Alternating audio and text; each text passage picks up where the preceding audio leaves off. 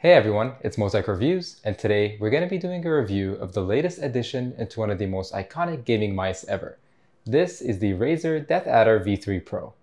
It comes in a few different colors and designs, including black, white, a Fortnite edition, and this one right here, the Faker edition. Now for those of you who don't know, Faker is pretty much the GOAT of League of Legends esports, and he has only ever used a DeathAdder. Now this brings me to the first point of the review, which is the shape. Now I said at the beginning, this mouse is iconic because it really is.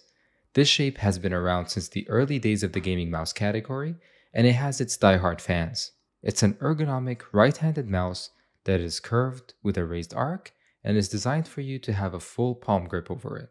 Its bigger size makes it suitable for medium to large hands, and for the first time in the DeathAdder lineup, the V3 Pro does make some noticeable and positive changes in terms of shape. You'll notice that it's now smoother all around, especially the top left and the right side. They are now smaller, which is going to give you a better grip and it's going to make it a more comfortable fit for more people.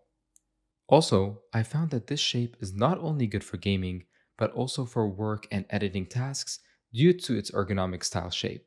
The build quality of this mouse is solid. There's no creaking or bending anywhere, and despite the big looks of the V3 Pro, it only weighs in at 63 grams, which is significantly lighter than the older generations of the DeathAdder. This will definitely make a difference for you because it makes it way more competitive and comfortable to use in longer gaming sessions. Now this color is $20 more than the regular colors, but I think it looks pretty awesome. It's a vibrant red and it has this nice graphic as well as Faker signature embossed in the top. If you're a fan of League of Legends or Faker, then I think this is the one to get. The V3 Pro also adds PTFE feet that are really good quality. I use the Artisan mousepad and they glide quite smoothly across in all games. And over the past year of usage, I haven't noticed any damage or degradation in the quality here. My only wish is that they were bigger, similar to my Superlight for example. I think the glide would be a lot better with more surface area of these here. Another update they've done for this model is that they've improved the battery life to 90 hours, which is phenomenal if you're using this as an everyday mouse. Now I've tested this claim and it's pretty accurate, and I think that not having RGB really helps them achieve this. They've also added the much needed USB-C charging port as well. In terms of connectivity, this uses a 2.4 GHz dongle, which utilizes Razer's hyper-fast wireless connection. This worked really well for me over the past year. Now, unfortunately, this doesn't have Bluetooth, which I wish more high-end gaming mice would put in, because that would make it more versatile when you're trying to connect to a laptop, for example. Another thing to mention in terms of the connectivity is you can upgrade this mouse to an 8K Hz wireless polling rate. So the default is set at 1000 Hz, but if you want the fastest performance, then you can get this hyperpolling wireless dongle and unlock that 8K Hz polling rate. Now I haven't tried this out, but if anybody has this, comment down below if this actually makes a difference from the 1000 Hz default. I'm interested to know whether this is a good upgrade or not, and I'm sure the rest of the viewers would like to see that too. So just leave a comment down below what you think of this polling rate if you have it. Now let's talk about the switches. Razer upgraded these in the V3 Pro to the 3rd gen optical switches. These are initially stiffer than the older 2nd generation, but once I broke them in, they had a great weight and feel to them. They are definitely an upgrade over 2nd gen and very satisfying to use. There's also very little side-to-side play in the main button, so it's super stable. The side buttons on the V3 Pro are my favorite on any mouse. Their size and shape make them perfect, and I've never had a hard time pressing the right one or misclicking the wrong one. On the bottom is the on-off button that doubles as a quick DPI selector. Now let's do a sound test so you can hear for yourself what this mouse sounds like.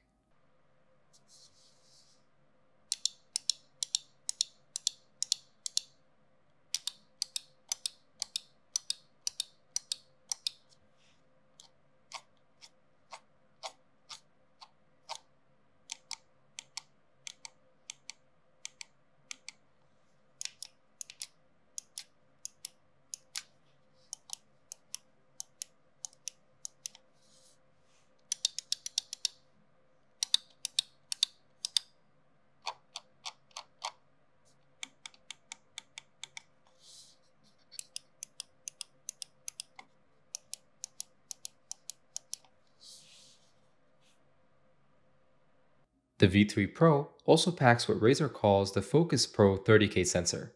This will track across any surface, including glass, which is pretty impressive for a gaming mouse. Now I use this mouse across multiple games, including Valorant, Call of Duty, and of course, since this is the Faker edition, League of Legends.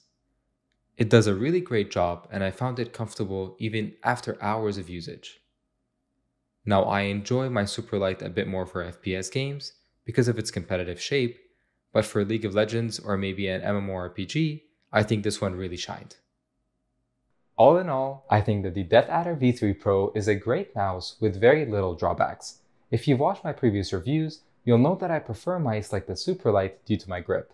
But if you use a full palm grip, or if you have an older gen DeathAdder, I think this is definitely worth upgrading to. I'll have links down in the description for you to check this out. Thank you all for watching the review. I hope you have an awesome day, and I'll see you next time.